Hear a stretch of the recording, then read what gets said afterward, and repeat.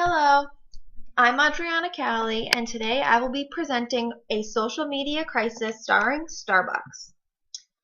The origins of this crisis start in Argentina within the Starbucks locations of the country. At those locations, Starbucks ran out of the official Starbucks branded coffee cups with the logo at some of the Argentinian stores. So, as a temporary fix, they used basic coffee cups that were plain with no logos that were manufactured within the country.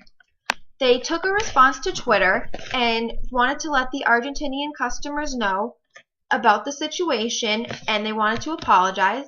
Quoted, "We apologize, as due to a temporary supply shortage, some shops are using national cups and sleeves. Salutations." And to the right there is an image of the Starbucks tweet that was in the language that they sent out through their Argentinian Starbucks account. The effects that this had on Starbucks were negative, but they didn't expect that. The nice apology that Starbucks wrote was interpreted poorly by the Argentinian customers. They thought it was offensive to the country and its products, and they thought that Starbucks had downgraded to using Argentinian supplies and that it almost wasn't good enough for them. Customers became angry and they went straight to social media to voice their opinions. They began posting negative remarks about the response that Starbucks supplied, and they started tweeting at Starbucks and creating hashtags. Social media had a big role within this crisis.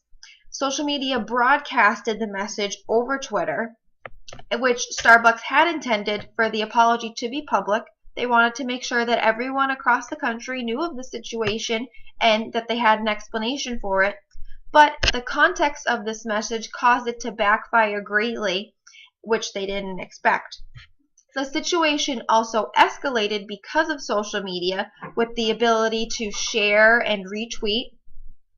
And Argentinians took to social media to express their feelings towards Starbucks, and they began creating the hashtag of "We apologize," but it was in Argentinian. And they used that hashtag to voice their opinions, and within a couple hours it was a national trending topic in the country of Argentina. The response from Starbucks that was provided from after this crisis was posted 4 to 5 hours after everything happened, and they responded with a Facebook apology. It was directed towards the initial Twitter post that they had put up, and they tried and clarified what they meant from their original post to stop the misunderstanding that people had with the tweet. And they tried to explain the situation more thoroughly so the customers would understand the circumstances of the situation, and so they truly knew what was going on and what Starbucks had meant by it. The Facebook post, they actually sent out was, "We apologize for the post this morning. We understand your comments and clarify that the intention was to tell you that we are using different than the usual supplies, temporarily in some stores. This is due to a breakdown of stock by an internal planning error. We are working to continue providing the best for our fans. We like to be transparent with our community and share each of our updates, whether permanent or temporary." And they followed up with that response quickly after the incident had happened, after the reactions from everybody started to blow up Twitter. And they responded well after the fact, but they should have also responded on Twitter where everything had happened. They posted on Facebook, most likely because they can fit a lot more text, but they should have targeted the situation directly to where it initiated.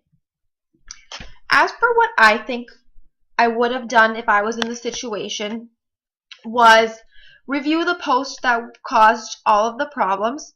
It could have been reviewed by someone else before it was posted to the Argentinian account, or it could have been worded a little differently. I think I would have, rather than said we're temporarily using these cups, I would have thanked the country of Argentina for providing these cups on such short notice, or advertising the fact that the cups that they were using were made right in Argentina, in the country that these people live in, rather than saying something that could have been interpreted negatively, which is what happened. Also, the Spanish language barriers could have been an issue here. The text of the post could have been translated differently, especially with all of the accents that are in the Spanish language. The post should have been triple, quadruple checked to make sure that it was interpreted correctly, if possible by someone who speaks Argentinian also. And social media listening could have helped avoid this entire crisis if it was addressed sooner, before the hashtag went viral, if they were listening more intently. While 4 to 5 hours is pretty quick for a social media response, if someone was listening right when it was going on, it could have been prevented. Also, as for crisis management, I would have had this type of post reviewed before I posted it, just to prevent an issue, and I will add this incident into a crisis management plan for future reference to make sure that this mistake wouldn't ever happen again. Thank you.